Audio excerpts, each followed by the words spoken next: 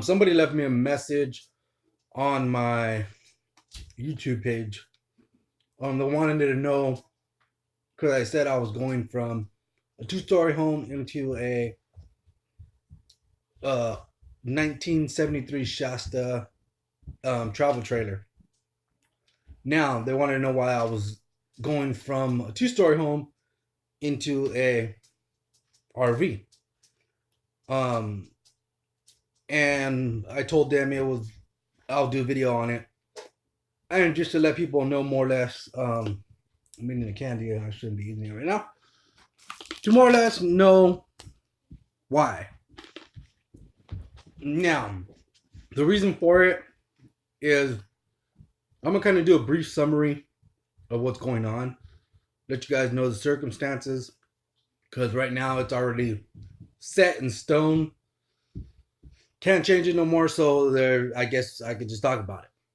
Now, approximately 9 or so years ago, me and my wife had a place not too far from here, and it was low income housing, and we got it through low income, and we lived there for about, give or take, 2 or 3 years.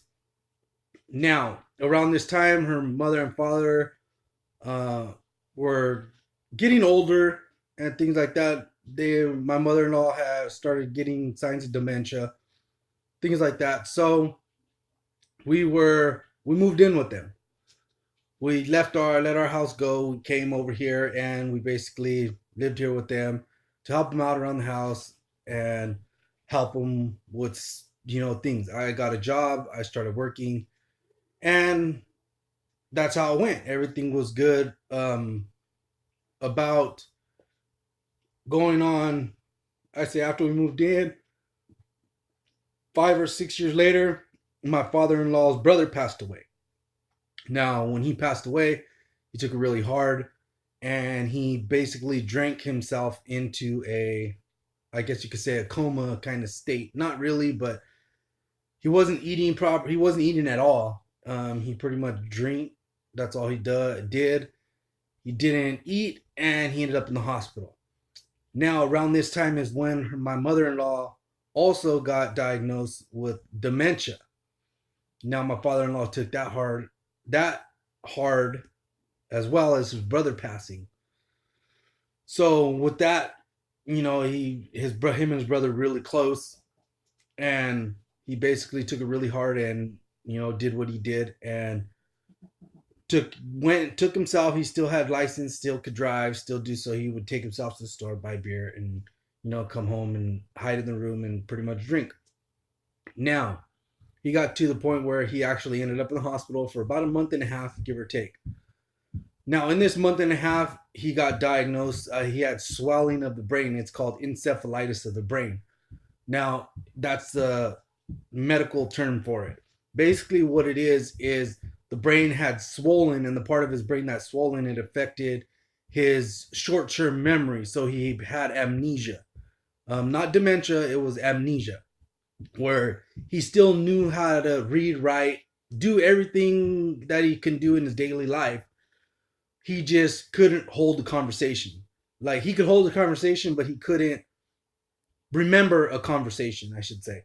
So, like, if we were talking for, an hour or so, and he went to the room, fell asleep, and came back out, he wouldn't really remember. When he first got out of the hospital, it was a pretty significant time, and he would be able to remember a whole day's worth, and then it went down to 2 hours, and an hour, and then he went down to 30 minutes, where he couldn't remember anything from 30 minutes, and then it got worse. Well, we've been taking care of him for about 10 years now. My mother-in-law her mother was living here as well, and we took care. That's around the time we moved in, because we were taking care of her because they needed in-home care, and my father-in-law couldn't afford in-home care. So my wife and me took care of her until the day of her passing here at the house. Now, after my wife's mother and father got sick, my in-laws got sick. A family member came out of the woodwork and basically demanded that they go into a home, and that she was gonna be, we asked for help basically, and instead of her helping us, she hurt us. So in that time frame, she basically came, took control of their finances, which is their bank accounts and stuff like that, had them all transferred into her account. So we didn't know what they were getting anymore. We didn't pay the bills or anything. She did all that. But that wasn't enough. She demanded that they sell the house as well, and that they were going to go into a home. And I made a promise to my father-in-law that I will make sure he'll never go into a home. And fortunately, I couldn't uphold my promise to him and my mother-in-law. My sister-in-law, which is my wife's older sister, came out the woodwork about a year or two ago, 2 years ago, and some change. And that's when she started pretending like she was helping us, and then she got lawyers involved. Now, when she got the lawyers involved, I had just lost my job a year before, year and a half before. I actually was paralyzed. I ended up being paralyzed from my waist down, and I could no longer work. I was on disability, and her sister knew that, and we could not afford a lawyer to fight on my mother and father-in-law's behalf. So she took us to court, because I told her she wasn't going to basically get my mother and father-in-law unless she took us to court. So she did that. Within, I say, a month, not even a month, she took us to court, and she got conservatorship of my mother and father-in-law and their estate. So shortly after that, she, like I say, within not less than a week, she served us with papers to vacate the premises within 60 days. Now, mind you, she knows I don't work. She knows I have no income, and I'm no longer receiving disability because I'm going on state disability, and I got to wait for a doctor to see me. So I don't know how long that's going to take. I'm waiting for them. And it's one of those waiting games. Anybody that's on disability knows more or less how hard this is. And they're not helping us whatsoever.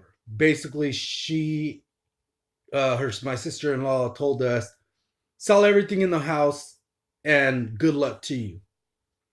And, poor Athena. Pretty much, that's my daughter. And pretty much, that's it. So whatever we get from what we could sell in the house, that's all we're getting. And like I told her, we've lived here for 10 years.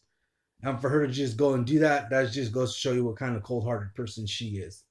Now, I'm not here to badmouth anybody, but that's pretty much the circumstance. And she is heartless in this point, where she's basically giving us 60 days, which now is down to about less than 30 days to get out of here.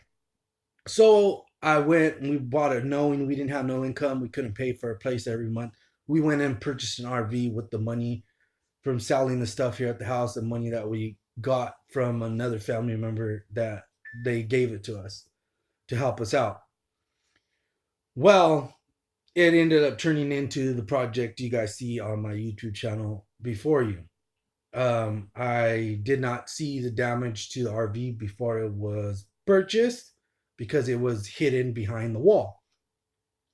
So we thought we were getting a good bargain, a good deal, and we did it, unfortunately. So now that's kind of the circumstances why we're moving to that size. It's not by choice. I wish we could stay here. We could fight it. They told us we could find a lawyer to take the case. We could take her back to court, and possibly in her conservatorship of my mother and father-in-law, we could get them back, and they will still be able to stay in their home. But unfortunately, we do not have the resources or the financial stuff to get lawyers to do that. If we would have in the beginning, the lawyer wanted 10 grand to basically, the case would have been done and we would have won. And that wasn't the case. She had the lawyers, she had the money, so therefore she won. And it sucks, and it's you know a bad situation, but we're making the best of it. I mean, I miss my mother, and I miss my mother and my father-in-law a lot, as my wife does. And the house doesn't feel. I'm glad we were kind of leaving it because it doesn't feel the way it did when they were here. And our life revolved around them. Like our daily life revolved. What we did that day determined what they wanted to do, or how they were feeling, or like it did that their day determined our day.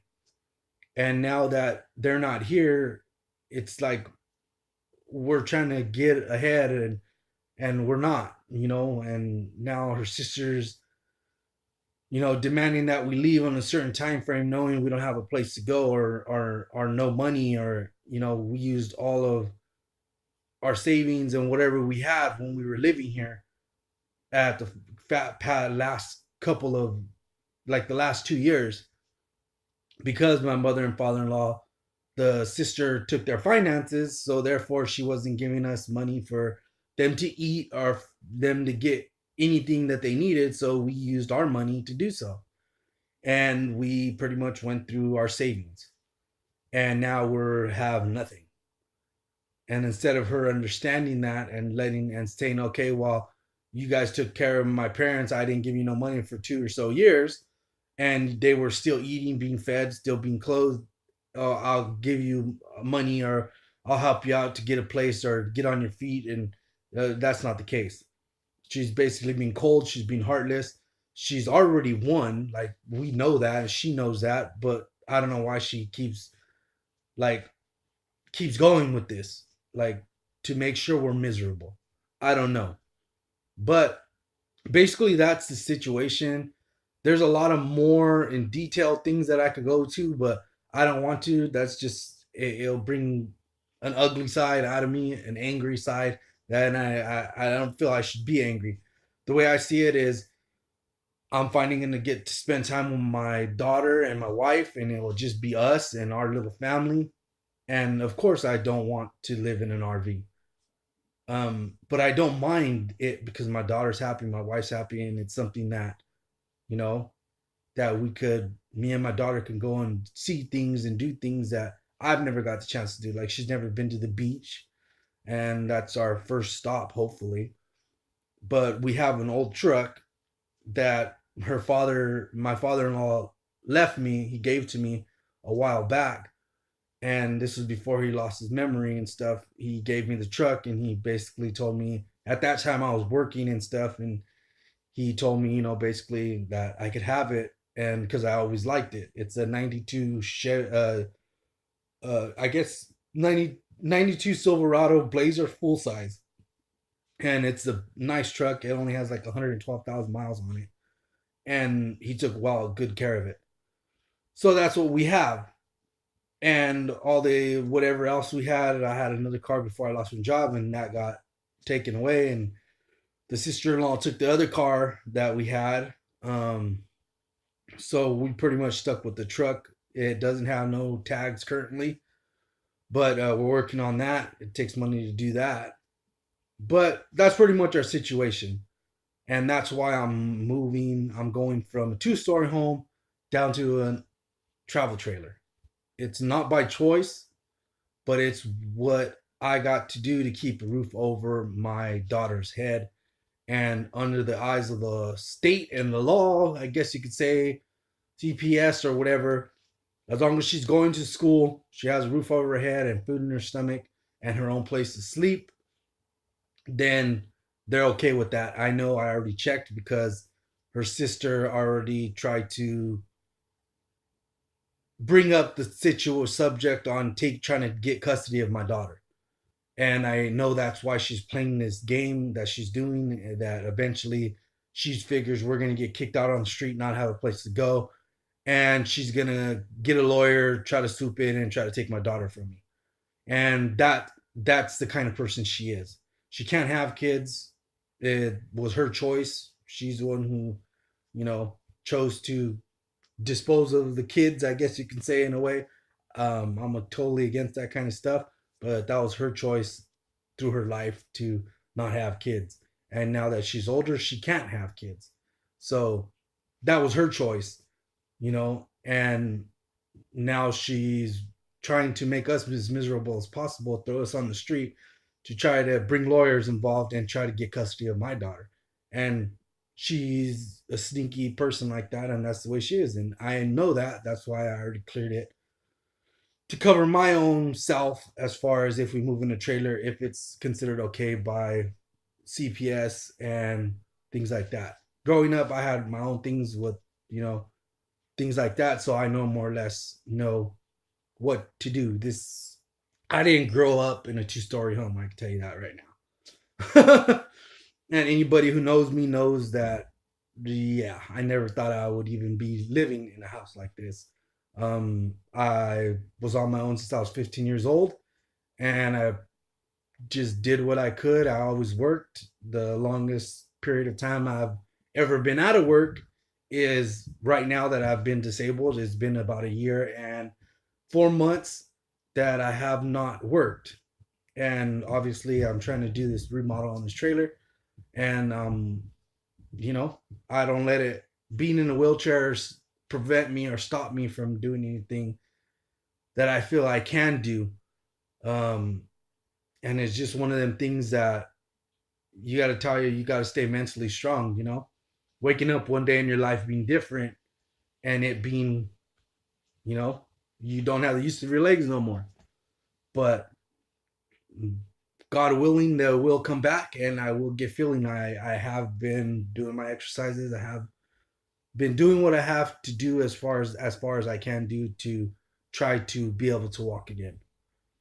And that's all I could do is hope and pray that God will help me and get me mentally strong and keep me mentally strong for especially now, you know, going through this adjustment period. It's for my wife really is going from what she's known all her life, which is this, to going and being able to, you know, move and be with me the way I am. And I know she loves me for me because I don't have nothing to offer her. And I know she loves me for the person I am. You know, I don't have nothing to offer. I don't have nothing to give her except for me and the love I have for her. And that's all that's good enough for me and her. And we both have nothing, and now we're both equals, and that's all that we have. Our daughter, and we're gonna love her to death and try to do what we can. And this is just gonna be a short experience, a small experience in our life that we have to go to get to where God wants us to be. So with all that all said, you guys, that's what's going on. That's the circumstances, and that's the situation I'm in right now. And you know, it's one of them things that life throws you lemons, and well, what do you do with them? I'm trying to make lemonade here, but I just can't find the sugar just yet. But that's my story. That's what's going on, and that's the reason why I'm trans converting down sizing as drastically as I am. So till next time, you guys, I will be doing an update video on that. But till next time, you guys, yeah, I'm John Paul Martinez, and my little girl just walked in, Athena. And so now you guys know a little bit more of my story and why it is the way it is. So until next time, you guys, I'll see you later. And, you know, God bless. And you guys have a good day. And don't let the weight of the world bring you down. And just stay positive, stay happy. And don't let the little things in life worry you too much, because God has a plan and things are going to get better. You just got to believe that.